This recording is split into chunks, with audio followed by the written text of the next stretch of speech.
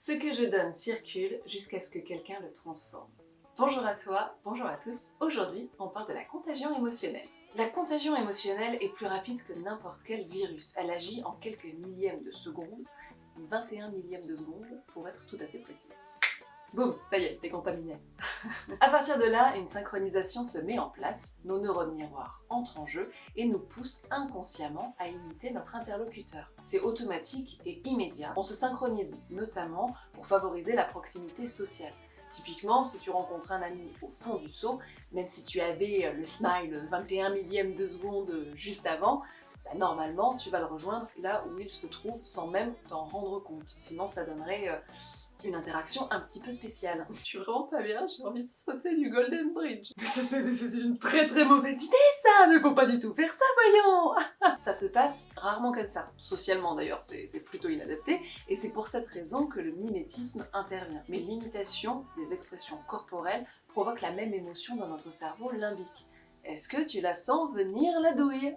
C'est-à-dire que tu repars de cet échange avec une charge émotionnelle. Et hop, un caillou dans le sac. Tu pourrais me dire à ce stade, mais pourquoi c'est celui qui va bien qui rejoint celui qui va mal là où il se trouve? Pourquoi c'est pas tout simplement celui qui va mal qui chope le smile en croisant celui qui va bien? Alors ça peut arriver, mais il y a un psy qui s'appelle Rick Hanson qui explique ça très bien avec juste une phrase. Le cerveau agit sur les émotions négatives comme du velcro et sur les émotions positives comme du téflon. Les émotions négatives sont plus contagieuses et s'ancrent de façon plus durable, parce que c'est un facteur de survie, parce que celui qui est dans la peur était plus propice à sauver sa vie que celui qui allait faire des gratouilles aux prédateurs dans les vastes plaines de l'humanité naissante. Seulement voilà, aujourd'hui, les vastes plaines de l'humanité naissante, moyen. Il faut aussi dire, et ça c'est quelque chose qui n'existait pas à l'époque, que cette contagion émotionnelle agit à distance, avec la télé, les réseaux sociaux. Et là, c'est l'autoroute de la contagion. Et ça vous arrive comme ça là-dessus,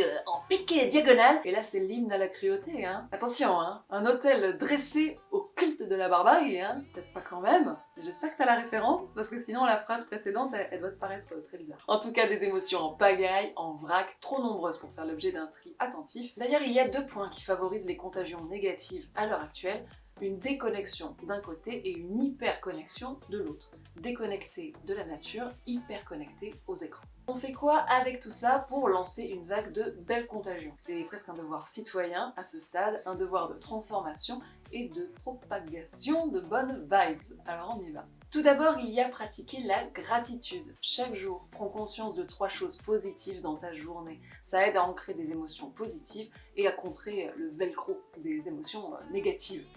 Ninja! La respiration et la pleine conscience. Prends là aussi quelques minutes pour respirer consciemment et calmement. Ralentir et revenir au présent peut suffire à inverser la tendance. Limiter le temps passé sur les réseaux sociaux.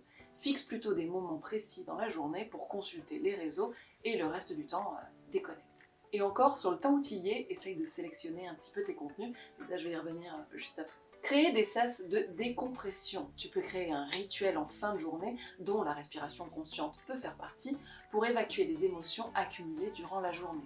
Tu peux également noter tes ressentis pour t'aider à les conscientiser, afin d'éviter de transmettre des émotions négatives à ton entourage.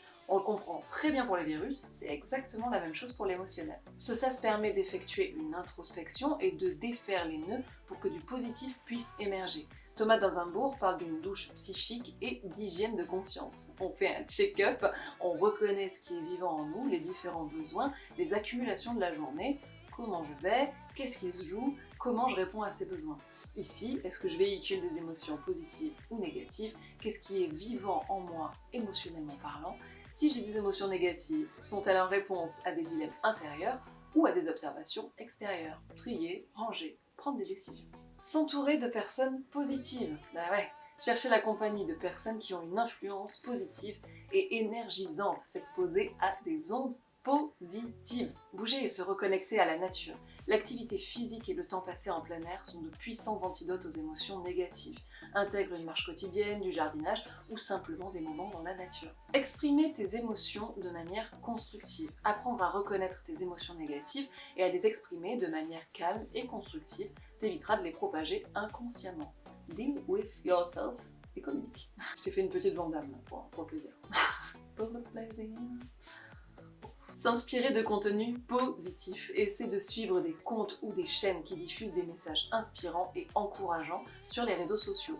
Pareil pour les programmes télé et les chaînes d'infos qui tournent en boucle. Pareil pour la littérature. Expose-toi à du positif. Il n'y a pas de risque de surexposition, pas besoin de crème solaire. Recharge tes batteries de bon et tu seras apte à transmettre du bon. Pour ma part, je t'envoie des bisous. Et puis je te dis à très bientôt avec de nouveaux contenus. Pense à t'abonner à la chaîne, tu peux me laisser des commentaires, je les lis toujours avec plaisir. Et puis à la semaine prochaine.